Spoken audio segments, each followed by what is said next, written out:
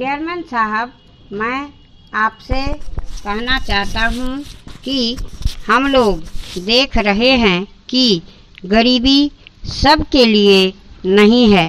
कुछ लोग तो देश में इस तरह से पनप रहे हैं कि उनकी संपत्ति का कोई हिसाब नहीं है। बाकी लोग जो पढ़े लिखे हैं, जो अनपढ़ हैं, वे सभी काम करने के लिए तैयार हैं। जब उनके पास करने के लिए काम नहीं होगा तो वे समाजवाद के कोड़े नारों से कब तक खुश होते रहेंगे। रोजी के अभाव में उनमें कुंठा बढ़ेगी और वे पथभ्रष्ट हो सकते हैं। महोदय, इस बात को आप अवश्य समझ लें। इस तरह देश की युवा शक्ति के आतंकवाद और उग्रवाद की गोद में चले जाने का भय रहेगा। इससे देश को बहुत बड़ा नुकसान होगा।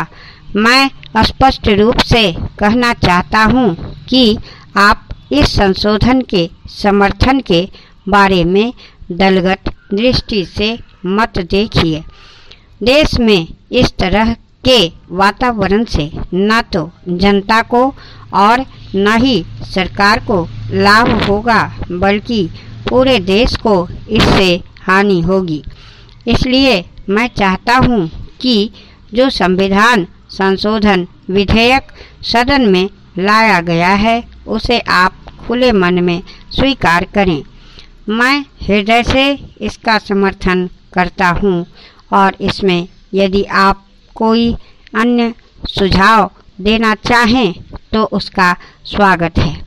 सरकार के लिए केवल अपने घोषणा पत्र में लिखी हुई बातों को दोहराने से कोई लाभ नहीं होगा। उन बातों पर अमल करने का रास्ता क्या है, इसे भी आप स्पष्ट करें ताकि इस देश में उत्पन्न समस्याओं का हल निकालने के लिए विरोधी दल सरकार को अपना दृष्टिकोण बता सकें। श्रीमान, अभी अभी मेरे दोस्त ने जो विधेयक प्रस्तुत किया है, इसे स्वीकार करने से पहले इसका विश्लेषण करना आवश्यक हो गया है, क्योंकि मेरा निवेदन है कि इस विधेयक के संबंध में चर्चा आवश्यकता से काफ़ी अधिक हो चुकी है। मेरी दृष्टि में इस विधेयक का विचार क्षेत्र बहुत सीमित है और हमें केवल यह सुनिश्चित करना है कि यदि इस विधेयक को स्वीकार कर लिया जाए तो क्या इससे उस समस्या का समाधान हो सकेगा। मैं इसके उद्देश्यों और कारणों के विस्तार की ओर सभी का ध्यान आकर्षित करना चाहता हूँ।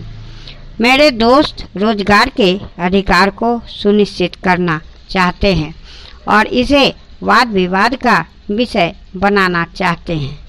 समस्या यही है कि विपक्ष का दृष्टिकोण स्पष्ट नहीं है। उपाध्यक्ष महोदय, मुझे पूरा विश्वास है कि माननीय सदन मेरे प्रस्ताव को सर्वसम्मति से पारित करेगा। मुझे आशा ही नहीं बल्कि पूरा विश्वास है कि माननीय सदस्य अपने दल की राजनीति से ऊपर उठकर खुले दिल और दिमाग से इस प्रस्ताव पर चलने वाली बहस में भाग लेंगे। मैं इसी विश्वास के साथ अपने विचार सदन में रखने जा रहा हूँ। भारत का इतिहास दुनिया के लोगों से छिपा नहीं है। भारत की भूमि से मानवता का संदेश आदि बहुत सी चीज़ें दुनिया में फैली। एक समय था जब हमारी सभ्यता और हमारी शिक्षा की बातें पूरे संसार में हुआ करती थी। हमारे देश में वेद लिखे गए जिसने संसार को मानवता का संदेश दिया और कहा कि पूरे संसार को एक परिवार मानकर चलो। अभी हमारे माननीय सदस्य ने बताया और मैंने अभी देखा है कि सदन के भवन में भी ये बातें लिखी हुई हैं। मैं यह अभिमान तो नहीं करता कि विद्वान केवल भारत में ही हुए, लेकिन शिक्षा के क्षेत्र में हम संसार के गुरु रहे हैं। हमने ही 4 अच्छी परंपरा संसार को दी। यदि इसी को मान लिया जाए तो पूरे संसार की जनसंख्या की समस्या हल हो जाती है। लेकिन दुर्भाग्य से वह भारतवर्ष जिसकी शिक्षा ने पूरे संसार को प्रभावित किया, वही जाति की बुराई का शिकार हो गया। हो सकता है कि किसी समय इसकी आवश्यकता रही हो। मैं उस विषय पर आज यहाँ कुछ नहीं कहना चाहता, लेकिन निश्चित रूप से जिस समय हमने यह निश्चय कर दिया है कि हरिजन भाइयों को शिक्षा ग्रहण करने का अधिकार नहीं है, वेद पढ़ने का अधिकार नहीं है, उसी समय से हमारा पतन आरंभ होता है। हमारा पतन यहाँ तक हुआ कि हमने गुलामी की एक लंबी यात्रा की। मैं इतिहास का विद्वान नहीं हूँ, लेकिन ऐसा सुनने में आया है कि जितने लंबे समय तक भारतवर्ष गुलाम रहा, शायद इतने समय तक दुनिया का कोई देश गुलाम नहीं रहा। थोड़े से अंग्रेजों ने ही हमें गुलाम बना लिया था, लेकिन उस अंधेरे में एक उजाला आया। कोई 200 वर्ष पहले शिक्षा के बारे में सोचा गया। अंग्रेजों को इसकी आवश्यकता इसलिए थी कि भारत को लंबे समय तक गुलाम रख सके। उन्होंने एक ऐसी शिक्षा प्रणाली चलाई जिससे कि उनको सस्ते क्लर्क और सरकारी नौकर मिल सके। उपाध्यक्ष महोदय, दूसरी बात मैं संचार विभाग के संबंध में कहना चाहता हूँ। अभी मैं देहात गया हुआ था। आपको सुनकर आश्चर्य होगा कि देहात में डाकघर में कहीं पर डाकघरों में पता किया तो मालूम हुआ कि तीनों में कहीं लिफाफा नहीं है तो कहीं पोस्ट कार्ड नहीं है, और आप मांग रहे हैं कि हमें इतना पैसा चाहिए, तो इतना पैसा आपको किस आधार पर दिया जाए। दूसरी बात मैं कहना चाहता हूँ कि आपने मांग में कहा कि शिक्षा मंत्रालय को एशियाई खेल के नाम पर पैसा दीजिए। उन दिनों इसके संबंध में इसी सदन में माननीय सदस्य ने बतलाया था, फिर भी आप इस संबंध में पैसा मांगते हैं।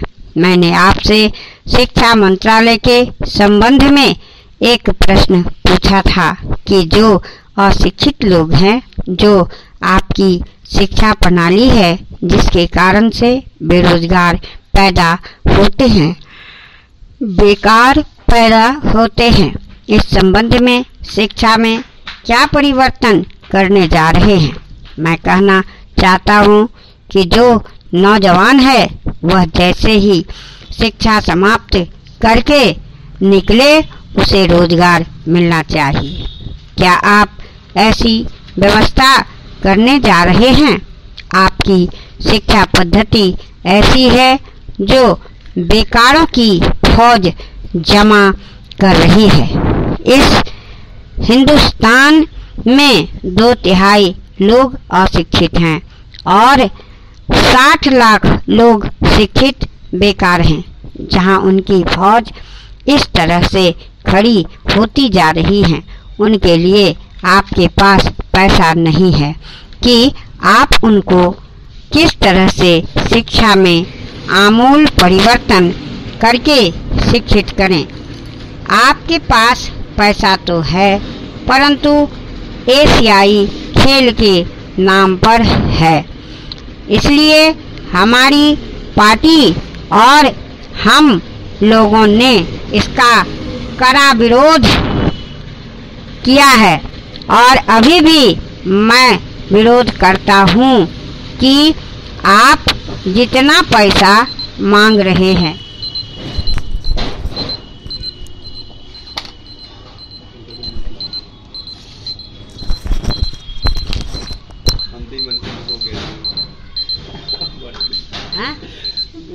शुरू हो गया।